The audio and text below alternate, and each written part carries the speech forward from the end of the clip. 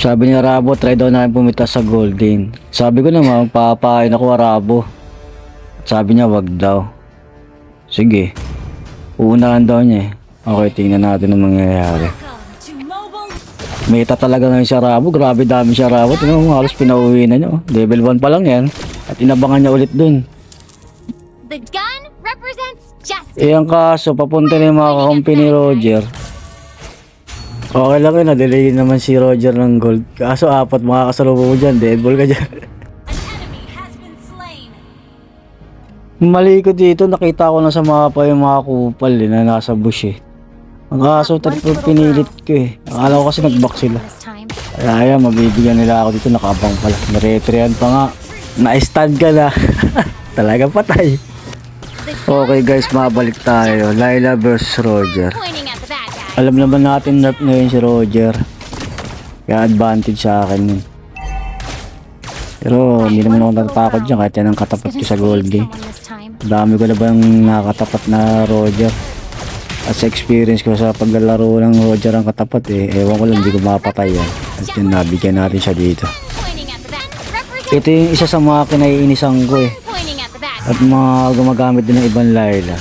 Una sa lahat kasi walang pantaka si Layla. Kahit play-player ako, tinan mo nahabol lang. Once little girl. Dapat kapag Layla user ka, magaling ka pumwesto. Dito mabibigyan nila ako. That once little girl. To be saved.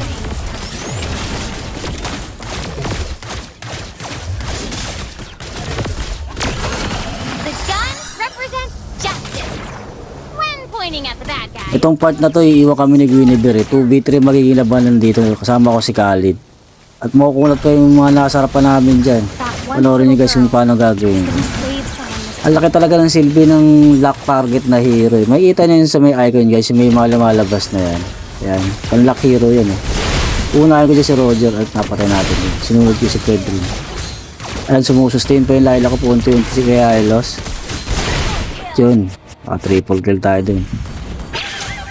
The gun represents justice. When pointing at the bad guy. Down.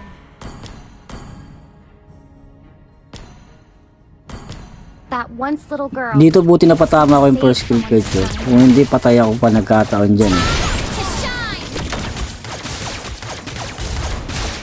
The gun represents justice. When pointing at the bad guys.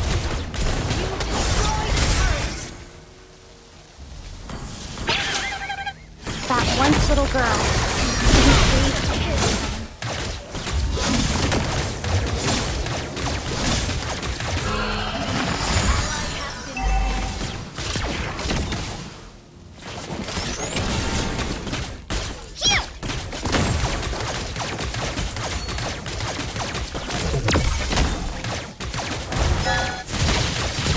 The gun represents justice. When pointing at the bad guys. Request backup. That once little girl is gonna save someone this time. Ayun lang, nahuli, naton pa nga punyemas. Lalamugan tayo dyan, ang dami na. Gigil eh. The gun represents Grabe talaga tong si Hylos tsaka si Pedrin sa akin. Bigla ako na rito, si Raulo talaga. Gigil na gigil sa akin. Ako kukulat wala sa harapan na yan. Pati nila may flicker at takatakas ako doon. Mga kupal kayo ah. save someone this time. Been slain. An enemy has been slain. Double kill. Attack. Time to shine. The gun represents justice. When pointing at the bad guy. Ayan na naman nag-skill si Hylos. Buti hindi ako nasa harapan. Patay agad natin siya doon.